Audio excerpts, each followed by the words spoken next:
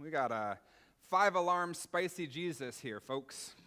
It's one of those passages where you kind of want to respond with, "Praise to you, O Christ?" ? I mean, he is on one today, and I'm not even sure that a Snickers bar will fix this situation.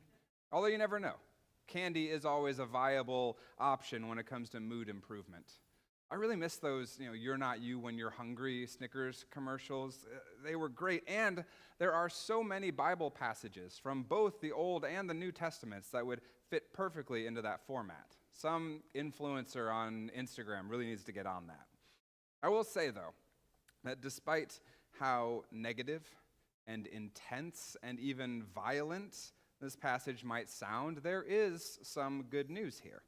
And that good news is that if any of you have recently gotten into a fight with a loved one, particularly if that loved one was a family member, or if any of you are planning on picking a fight with someone, for those of you who plan your fights instead of just allowing them to occur naturally, and again, particularly if this future fight is going to be with a family member, you can just blame it all on Jesus.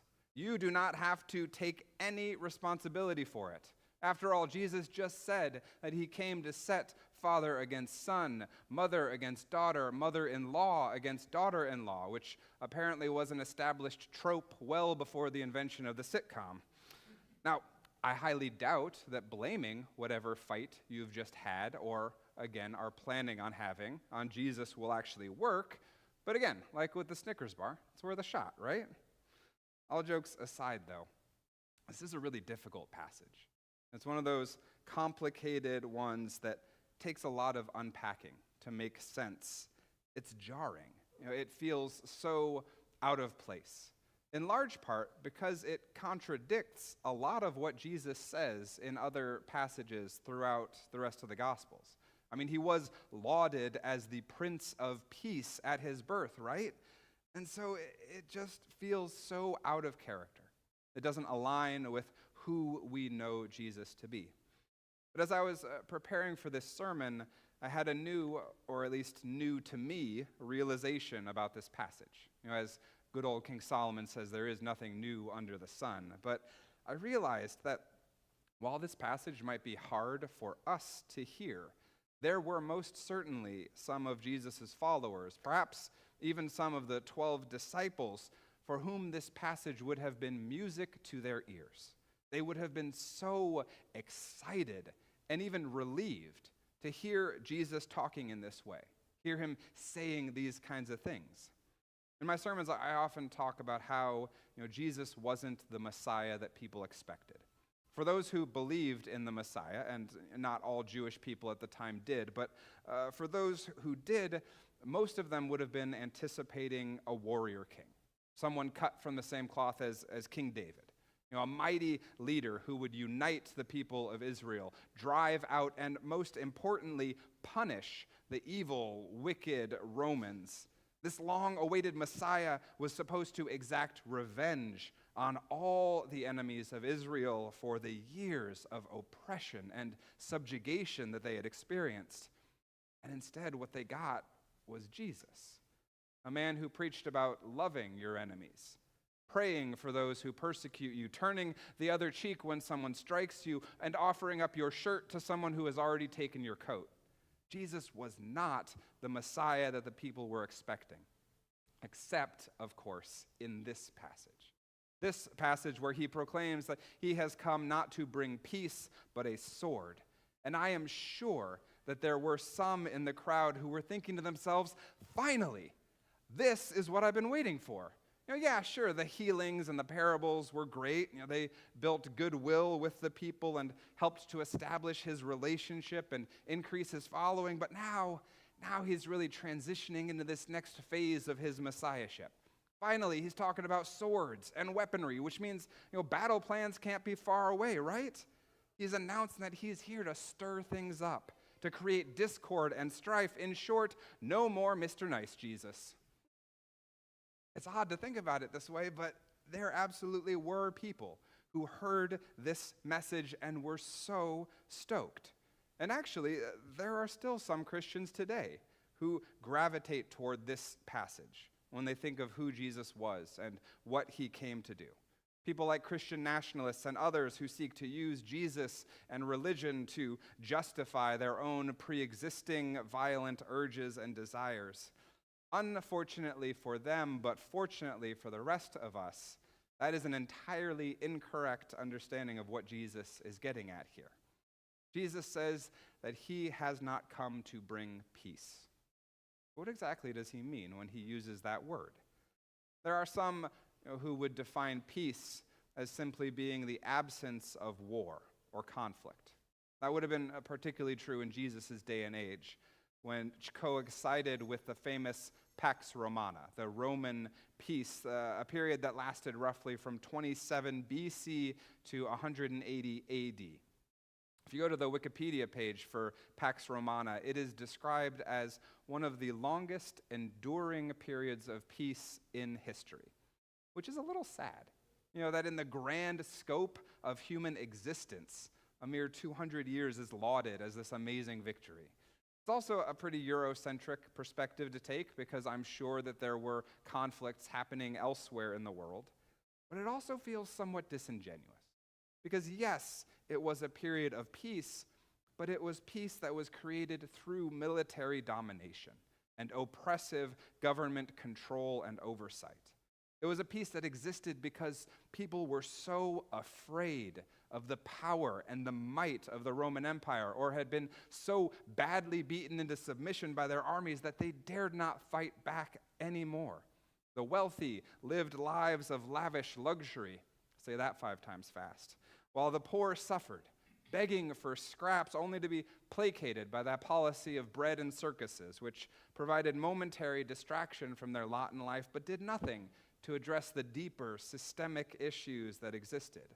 The peace that the Roman Empire was able to achieve was done through displays of power that inspired fear, like public crucifixions.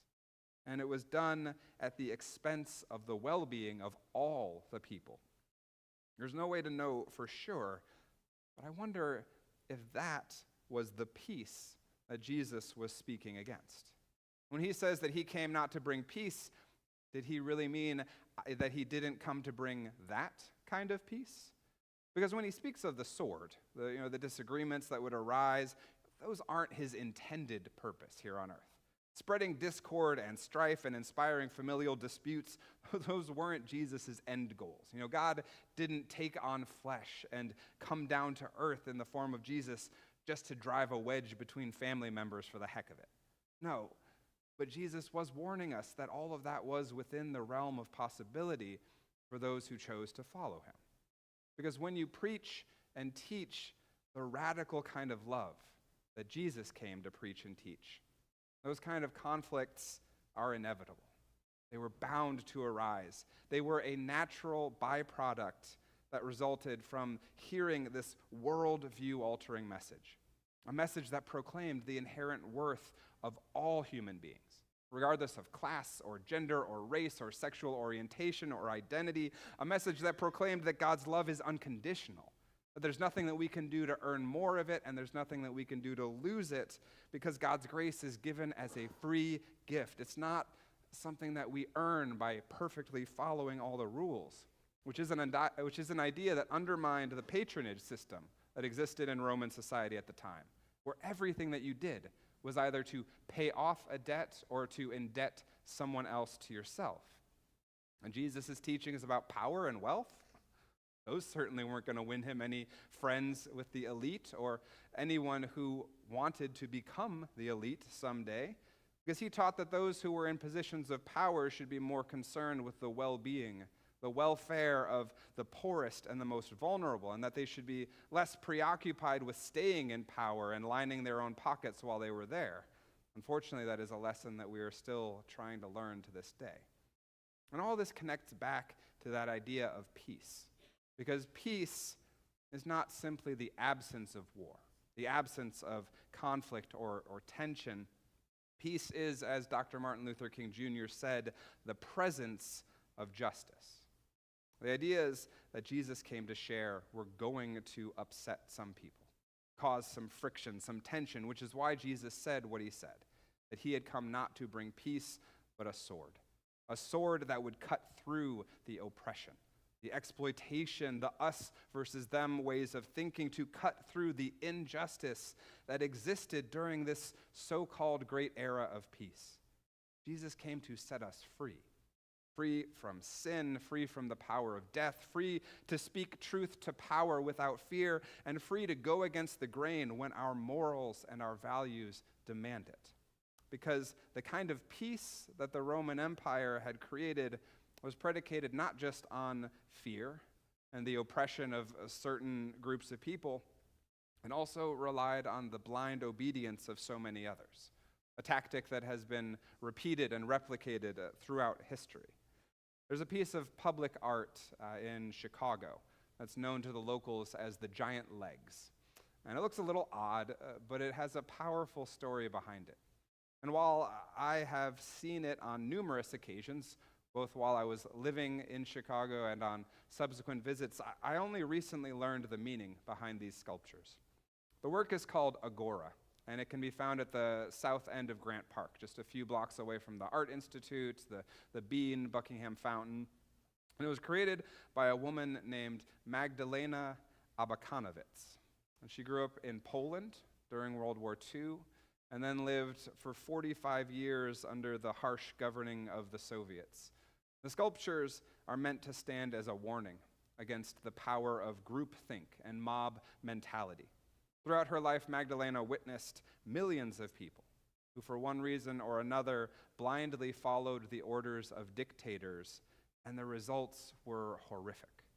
The 106 figures in total in her sculpture, which all stand 9 feet tall, are all armless, headless, and hollowed out on the inside.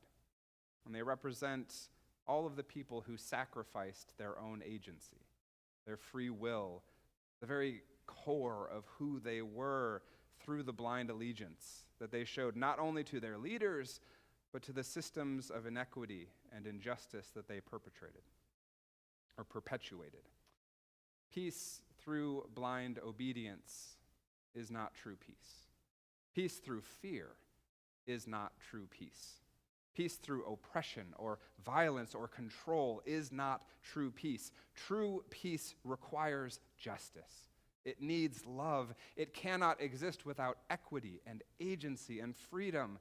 And Jesus came into our lives to bring us that kind of peace, a new kind of peace, a peace that could not be achieved without first ruffling a few feathers, making some enemies of people in positions of power and privilege, and issuing a wake-up call to everyone who had resigned themselves to just going along to get along.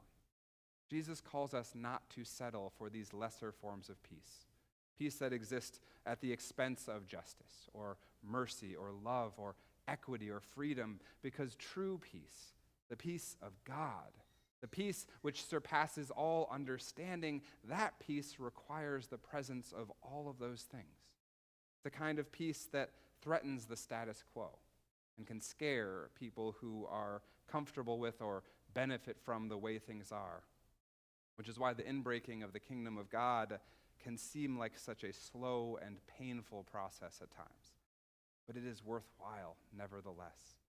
Even if it results in some fights, even if it results in some disagreements or some broken relationships, those are simply what happen when we live out our morals, when we live in the way that Jesus calls us to live, with love, compassion, grace, especially for the least among us. People like that, peace like that takes time, and as contradictory as it might sound, it is worth fighting for. And we do that when we respond to Jesus' call to follow him. Amen.